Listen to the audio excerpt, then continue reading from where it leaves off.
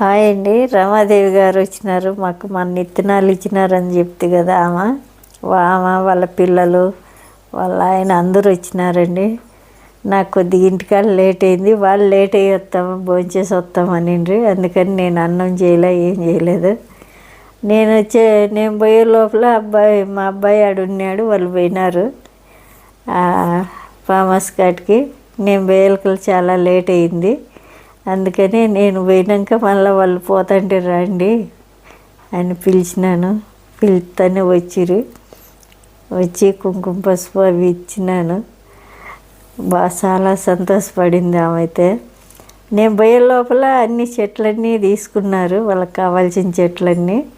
కుంకుమ పసుపు చెట్లు, లిసంతస్తులు, మెంతి తులసి, ఇంకా కాస్మస్ చెట్లు, ఇవి గడ్డలు, ఎయిర్ పొటాటో అవన్నీ తీసుకున్నారు.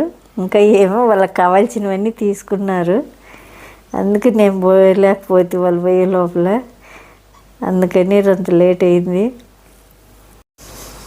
వాళ్ళతో కొద్దిసేపు ఉండే కూడా టైం లేకపోయింది నాకు. వాళ్ళు పాపం చాలా సేపు ఉన్నారు. అందుకు వాళ్ళ ఆయన, వాళ్ళ బావగారు, వాళ్ళ అల్లుడు, కూతురు, మనవరాళ్ళు అందరూ బాగా ఎంజాయ్ చేసినారండి ఫామ్ హౌస్లో. బాగుందమ్మా ఫామ్ హౌస్ అని అన్నారు. అంత లోపల పోయినాను నేను. వాళ్ళతో ఉండేకి లేకపోయా. అందుకని ఈసారి తొందరగా వచ్చినప్పుడు కొద్దిగా ఉండి భోజనం చేసుకొని పోవాలని చెప్పినాను. సరేనమ్మా వస్తాము, తప్పక వస్తామని చెప్పినారు. ఈసారి వచ్చినప్పుడు భోజనం చేసుకొని పోతామన్నారు. సరేలేని అనిపించింది. నేను ఇవన్నీ అన్ని రకాల విత్తనాలు వేసినాను దీంట్లోన. ఇవి పీకి నాడదామంటే పీకి నాటేటివి ఏవి లేవు. పాలకూర అవి, ఇంకా టమాటా చెట్లు ఒకటి ఉన్నాయి, అవి పీకి నాటుతాను. ఇదిగోండి ఇవి నాటు టమాటాలు చూడు ఎంత బాగా కాసినాయో, సన్నగా బాగున్నాయి. అప్పుడే కాయలు వచ్చినాయి.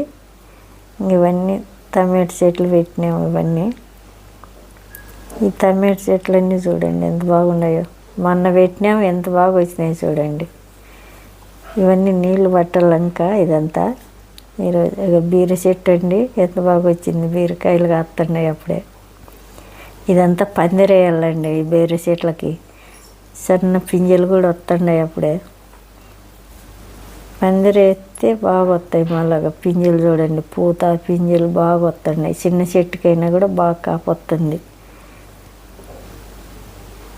ఎంత బాగుంది చూడండి.